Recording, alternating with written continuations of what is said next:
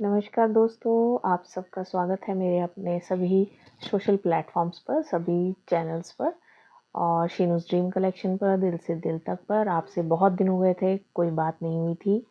तो मेरा अपनी तबीयत को लेकर भी थोड़ा परेशानी चलती है, आपको पता ही है। तो सबसे पहले तो आप सबको होली की बहुत-बहुत बधाई हो और होली की बहुत-बहुत मुबारक हो सबको। एन्जॉय करिएगा, त्योहार बड़ी मुश्किल से मिलते हैं, इन सब त्योहारों को मनाइएगा ज़रूर। दूसरी बात है कि मेरी तबीयत को लेकर सभी लोग चिंता में रहते हैं, चाहे वो परिवार हो, दोस्त हों, दूर बैठे रिश्तेदार हों, सभी मेरी तबीयत को लेके परेशान रहते हैं। तो मैं कई बार सोचती हूँ कि आप लोगों को आकर ऑनलाइन एक बार कम से कम बता दूँ, लेकिन कई बार हालात ऐसे नहीं होते कि मन ही नहीं होता कि बैठा जाए या कुछ बोला जाए। तो आज मुझे थोड़ा ठीक लग रहा था, तो मैं बेहतर फ़ील कर रही थी, तो मैंने सोचा मैं आप सबसे अपनी तबीयत और सेहत के बारे में बात करती हूँ। तो जैसा कि आपको पता ही है, मैं अभी भी ट्रीटमेंट मेरा चल रहा है, कीमोथेरेपीज़ चल रही हैं, जिसको अग्रेसिव कीमोथेरेपीज़ कहते हैं। मैं फ़िलहाल उसी ट्रीटमेंट के अंडर ही चल रही हूँ। तो हर 21 दिन के बाद मेरी कीमोथेरेपी हो रही है। तो 21 दिन के बाद जो कीमोथेरेपी होती है, वो अब एक तो गर्मी स्टार्ट हो ही गई है, जैसा कि आपको पता है हमारे नॉर्थ में तो गर्मी इधर स्टार्ट हो ही गई है। तो ऐसे में क्या होता है, उन दवाइयों से बहुत गर्मी लगती है, बहुत बेचैनी होती है और बहुत तरह के साइड इफ़ेक्ट्स हैं और नए साइड इफ़ेक्ट्स भी आते हैं। पुराने जैसे मैंने आपको बताया ही था, मेरा हेयर फॉल हो चुका है। ये कैप इस बात का सबूत है कि बाल इससे गिरते हैं और वो एक नेचुरल प्रोसेस है, उसको आप अवॉइड नहीं कर सकते। तो रही बात मेरी सेहत की, आज मैं शॉर्ट में बताऊँगी, बहुत जल्द लंबी बात भी करेंगे। मैं फ़िलहाल ठीक हूँ, अपने घर के काम मैं खुद ही करती हूँ। मेरे झाड़ू, साफ़-सफ़ाई, खाना, बर्तन, कपड़े, लेकिन जब मन होता है तो ही करती हूँ। मैं किसी के साथ कोई कॉम्पिटिशन भी नहीं कर रही हूँ कि मुझे जल्दी करना है, मुझे अभी निपटाना है या मुझे शरीर अगर लोड नहीं ले रहा है तो मैं उस काम को छोड़ देती हूँ। तो मेरी सभी बहनों को भी और मेरी सभी रिश्तेदारों को भी मैं बताना चाहूँगी, यूँ मैं ठीक हूँ, अभी मेरी लास्ट मंगलवार हुई है कीमोथेरेपी, तो आप सोचिए कि अभी 8 दिन हुए ही हैं, 8 या 10 दिन समझिए हो ही गए हैं। 21 दिन है, मेरी नेक्स्ट कीमो भी बहुत जल्दी होने वाली है। तो जब तक वो कंप्लीट नहीं हो जाती हैं, तो मेरी रूटीन एक्चुअली रेगुलर नहीं है, उस वजह से मैं आप लोगों से मिल नहीं पाती हूँ। बहुत जल्द मैं अच्छे-अच्छे प्रोडक्ट्स भी लेकर आऊँगी, क्योंकि मेरा अपना आपको पता ही है ऑनलाइन ऑफ़लाइन बिज़नेस भी है फैब्रिक का, जैसे कि आप मेरे पीछे देख भी पा रहे होंगे।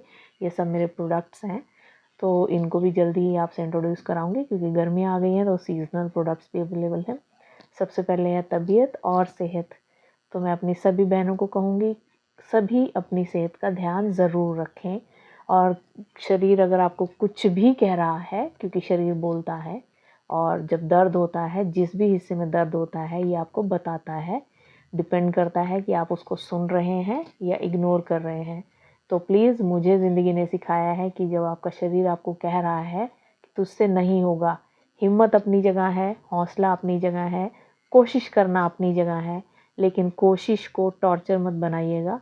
कुछ भी शरीर के साथ धक्का मत कीजिए। पुराने ज़माने में और आज के ज़माने में बहुत फ़र्क है। ना तो शरीर वैसे रह गए हैं, ना ही हमारी खुराक वैसी रह गई है। शरीर दवाइयों पर चल रहे हैं। तो प्लीज़ अपने किसी भी सिम्पटम को इग्नोर ना करें और अपनी मेडिकेशन ज़रूर करें। डॉक्टर से सलाह लें, गायनिक से सलाह लें, लेडीज़ स्पेशली गायनिक से हर 3 या 4 महीने में या 6 तो कम से कम, मतलब देखिए 3-4 महीने में आप नहीं मिल सकते, वो मैं समझती हूँ। लेकिन आप फिर भी 6 महीने में कम से कम एक बार ज़रूर गायनिक से, रेडियोलॉजिस्ट से यानी अल्ट्रासाउंड वगैरह ज़रूर कराइए, क्योंकि प्रोडक्टिव जो भी हमारे बॉडी पार्ट्स हैं, प्रोडक्शन सिस्टम में जितने भी हैं हमारे हिस्से, उन सब हिस्सों पर आजकल आँच आ रही है, ठीक है? वो अफ़ेक्ट हो रहे हैं। तो प्लीज़ मेरी सलाह मानिएगा, दिखाइएगा ज़रूर, कम से कम एक बार डॉक्टर को चेकअप करिए, कंसल्ट करिए। तो बात करते हैं अभी फ़िलहाल मेरी सेहत की। तो हर बार जब भी मुझे ट्रीटमेंट ये लेना पड़ा, क्योंकि मैं कंटिन्यूटी में ही हूँ 2 साल से, कभी मेंटेनेंस होती है, कभी अग्रेसिव ट्रीटमेंट होती है जिसमें हेयर फॉल होता है। ये मेरी सेकंड टाइम है जब अग्रेसिव हेयर फॉल मेरा ट्रीटमेंट से हुआ है। इसमें हर बार मुझे अलग-अलग सिम्पटम्स आए। कई बार बॉडी में कई चीज़ें बढ़ गई, जैसे कैल्शियम था इस बार मेरा बहुत ज़्यादा बढ़ गया था। इससे क्या हुआ, मेरे जॉइंट्स स्पेशली मेरे नीज़ मेरा बेंड होना और मेरा उठना बहुत अफेक्ट हुआ। मैं नहीं कंफर्टेबल थी, ना ही चलने में कंफर्टेबल थी। अभी भी कभी कभी बैलेंस बिगड़ता है, वो इसलिए क्योंकि कैल्शियम बॉडी में थोड़ा ज़्यादा हो गया। ये धीरे धीरे अपने आप ही जैसे ही नेक्स्ट ट्रीटमेंट होती है अप एंड डाउन होती हैं चीज़ें। ठीक है जी।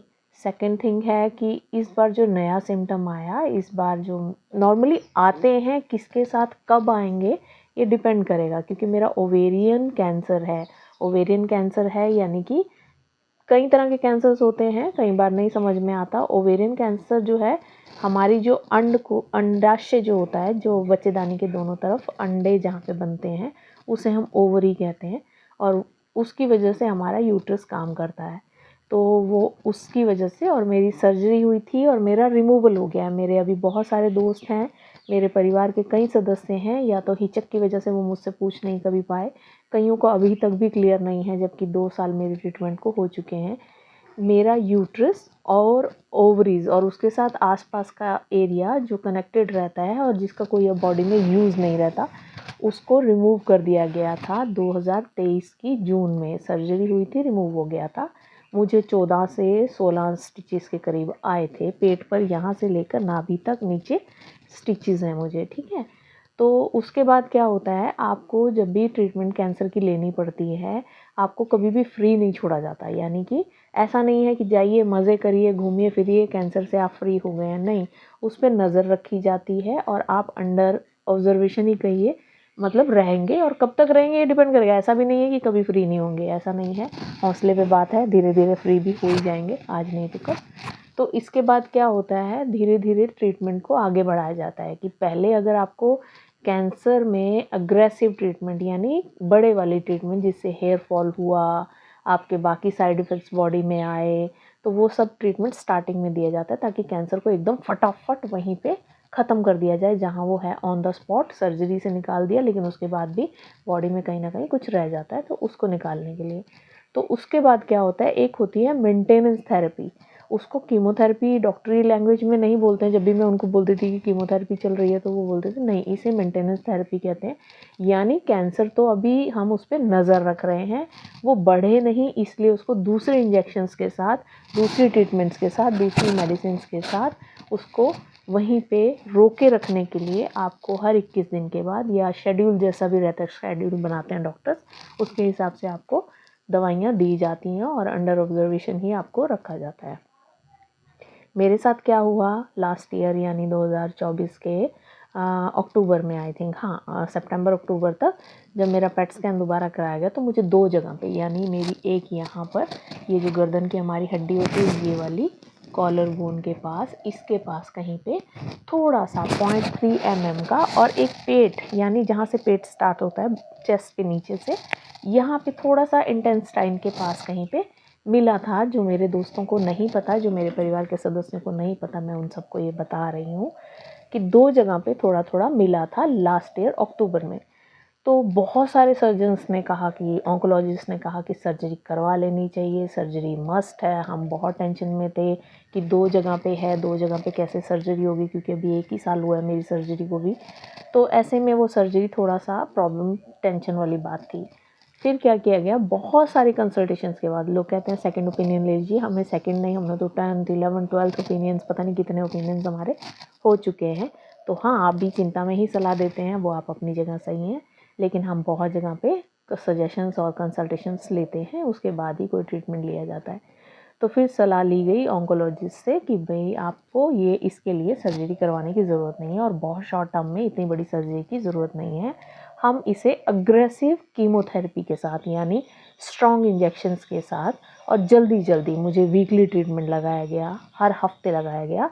ये मैं आपको बता रही हूँ अक्टूबर से लेके दिसंबर तक का प्रोसेस, जिसमें मुझे 12 हफ्ते यानी हर हफ्ते एक इंजेक्शन मुझे दिया जा रहा था, मिक्स करके बहुत सारे इंजेक्शंस के साथ, कि इसको, जिसकी वजह से हेयर फॉल हुआ, मेरी आई लैशेज़ चली गई हैं। अगर आप ध्यान से देखेंगे, देखिए मेरे आई लैशेज़ यानी आँखों के जो बाल होते हैं, हमारी पुतलियों, ये जो हमें कवर करते हैं, हमें प्रोटेक्शन देते हैं, ये मेरे उड़ चुके हैं। और ये आईब्रो भी पेंसिल यूज़ की गई है, क्योंकि मैं पेंसिल का इस्तेमाल कर रही हूँ ताकि जल्दी से ग्रोथ हो दोबारा से।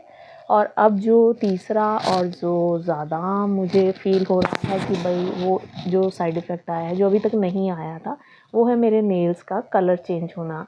आप देख सकते हैं, ध्यान से देखिए प्लीज़, अगर आप देख पा रहे हो। बाकी ये तो ठीक हैं, 2-3 उँगलियाँ ठीक हैं, लेकिन जैसे देखिए ये उँगली है मेरी, ये काली हो गई है। ऐसे ही अंगूठा है जैसे काला हो गया, लेकिन ये भी धीरे धीरे मैंने फिर नेल्स को कट कर दिया ताकि छोटा रखेंगे तो सेफ़ रहेंगे।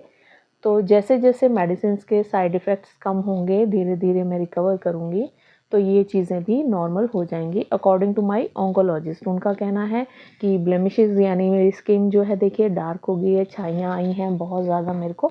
तो इन चीज़ों से मैं अभी चिंता नहीं कर रही हूँ। तो मैंने अपने आप को जैसी मैं हूँ मैंने स्वीकार किया, तो प्लीज़ आप लोग भी करिए, क्योंकि ये चीज़ें डॉक्टर के हिसाब से अगर हम मानें तो 6 महीने के अंदर अंदर, यानी जैसे ही मेरा ट्रीटमेंट धीरे धीरे ख़त्म होगा या कम होगा, दवाइयाँ कम होंगी, तो उसके बाद ये सारा ट्रीटमेंट बंद होने के बाद ये चीज़ें सब बैक टू नॉर्मल, यानी कम्प्लेक्शन हो, मेरे नेल्स हों, या बॉडी में मैं जो भी फ़ील करती हूँ, जैसे बुखार बार बार आता है, आपकी हड्डियों में दर्द होता है, हड्डियाँ इन द सेंस कि जॉइंट्स में चलने फिरने में थोड़ी वीकनेस आपको महसूस होती है, वो चीज़ें, ये सब धीरे धीरे धीरे धीरे नॉर्मल होगा। तो मैं अभी थक जाती हूँ, बोलने का बहुत शौक़ है, लेकिन बातें करने का भी बहुत शौक़ है, लेकिन मैं अभी बहुत थकती हूँ। तो मैं इससे ज़्यादा, देखिए 11 मिनट मुझे हो चुके हैं ऑलमोस्ट बोलते हुए, तो मैं इससे ज़्यादा धीरे धीरे मैं आपसे वापस आती हूँ और अपनी इसी जर्नी पे मैं पहले बात करना चाहूँगी, बाकी सब बाद में, क्योंकि जान है तो जहान है। त्यौहार भी मनाइए, अपना काम पे भी जाइए, सब कुछ, जान है तो जहान है। अपने आप को प्लीज़ टॉर्चर मत करिए, चाहे वो मेल्स हों चाहे वो फीमेल हों, ये सिर्फ फीमेल्स के लिए लागू नहीं होता है।